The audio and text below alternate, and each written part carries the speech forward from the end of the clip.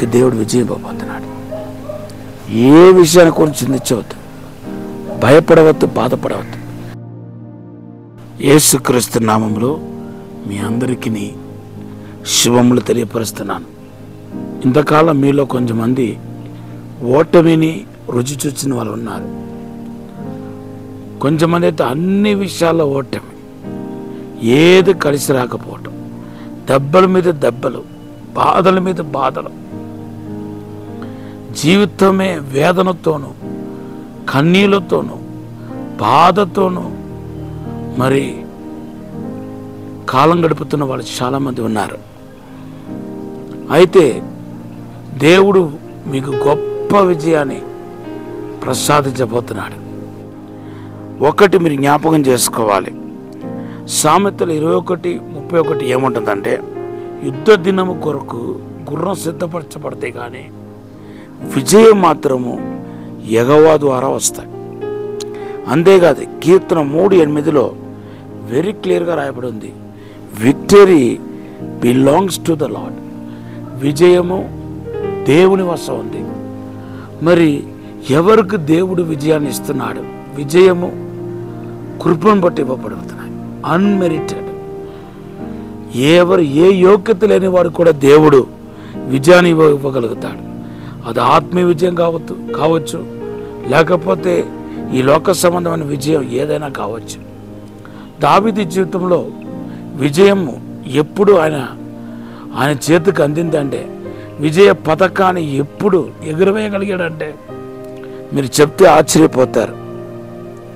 మొదటిగా ఆయన విజయం పొందడానికి ముందు ఏ రూపంలో చూసినా పరిస్థితి అనుకూలంగా లేదు, ప్రతికూలంగా ఉంది. 40 రోజులు అప్పటికే అందరూ ఓడిపోయారు, ఏ ఒక్కరు నిలవలేకపోయారు. ఇప్పుడు వయసులో చిన్నవాడైన దావీదు వచ్చి ఏం చేస్తున్నాడు, ఎలాగ ఎదుర్కొంటాడని అందరూ ప్రశ్నించడానికి ప్రారంభించారు.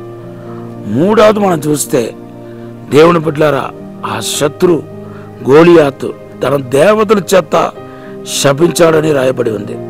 1 సామెల గ్రంథం 14:43.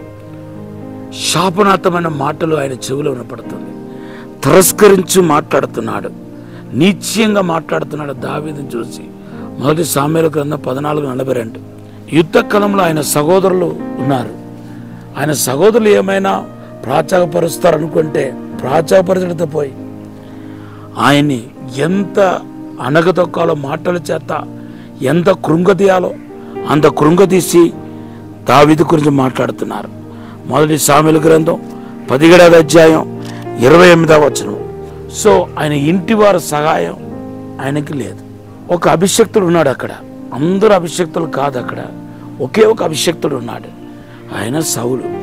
పోని ఏమీ ఇవ్వకపోయినా ఏమైనా సహాయం చేస్తాడా, సహాయం చేయగలుగుతాడా ఏంటోమని చెప్పి చూస్తే, నువ్వు అతనితో యుద్ధం చేయలేవు, నువ్వు అతన్ని ఎదుర్కోలేవని ఎంత డిస్కరేజ్ చేయాలో, ఎంత బలహీనపరచాలో అంత బలహీనపరచడానికి ఆయన ప్రయత్నం చేస్తున్నట్టుగా మన పరిశుద్ధ గ్రంథంలో చూస్తున్నాం.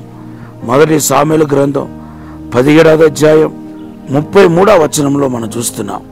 అన్ని రకాలుగా దావీదు కృంగదీయబడినప్పుడు దేవుడు విజయాన్ని ఇచ్చాడు.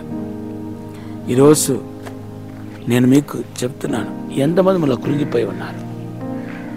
ఎగ్జామ్ రాసి దేంట్లో విజయం పొందకుండా, ఉద్యోగం కోసం ఎన్నిసార్లు ప్రయత్నం చేసినా ఏది కలిసి రాలేదని కృంగిపోయిన వాళ్ళు మీరు ఎంతమంది? నా కూతురుకు కొడుకుకు సంబంధాలు వస్తున్నాయే కానీ చూసి వెళ్ళిపోతున్నారు. నేను నా బిడ్డ కృంగిపోయి ఉన్నామని చెప్పేవాళ్ళు ఎంతమంది? బిజినెస్లో నాకు మంచి టాలెంట్ ఇచ్చాడు, జ్ఞానం ఇచ్చాడు, తెలివిచ్చాడు, కానీ బ్రదర్ నాకు బిజినెస్ కలిసి రావట్లేదని బాధపడుతున్న వాళ్ళు ఎంతమంది? నేను ఆత్మీయంగా ఎదగాలని ప్రభులో బలపడాలని ఆసక్తి ఉంది, కానీ ప్రార్థించలేకపోతున్నా అని బాధపడుతున్న వాళ్ళు ఎంతమంది? మీకు దేవుడు విజయం ఇవ్వబోతున్నాడు. ఏ విషయాన్ని గురించి చింతించవద్దు, భయపడవద్దు, బాధపడవద్దు. కృంగిన వారికి ఎడల దేవుని యొక్క కనికరం, దేవుని యొక్క ఆ దయ మలచబడి ఉన్నాయి. కాబట్టి మీరు విజయం పొందుతారు. ఈ మాటలు దేవుడు దీవించిన గాక. పరిశుద్ధము నమ్మకమైన పరలోక తండ్రి, నీకు వందనాలు, స్తోత్రాలు ప్రభా. శక్తి చేత కాదు, బలము చేత కాదు, ఆత్మ ద్వారానే సమస్తం జరుగుతున్నారు ప్రభా. ఇదిగో నీ బిడ్డలు ఆశీర్వదించండి, అద్భుతం జరిగించండి, విజయం తెచ్చండి ప్రభా. యేసునామములో అద్భుతం జరిగించమని యేసునామములో అడిగి వేడుకుంటున్నాము తండ్రి, ఆమేన్. ఈరోజు దేవుడు మీకు ఇచ్చిన వాగ్దానం నిర్గమకాండం 14:14. Have a blessed day. God bless you.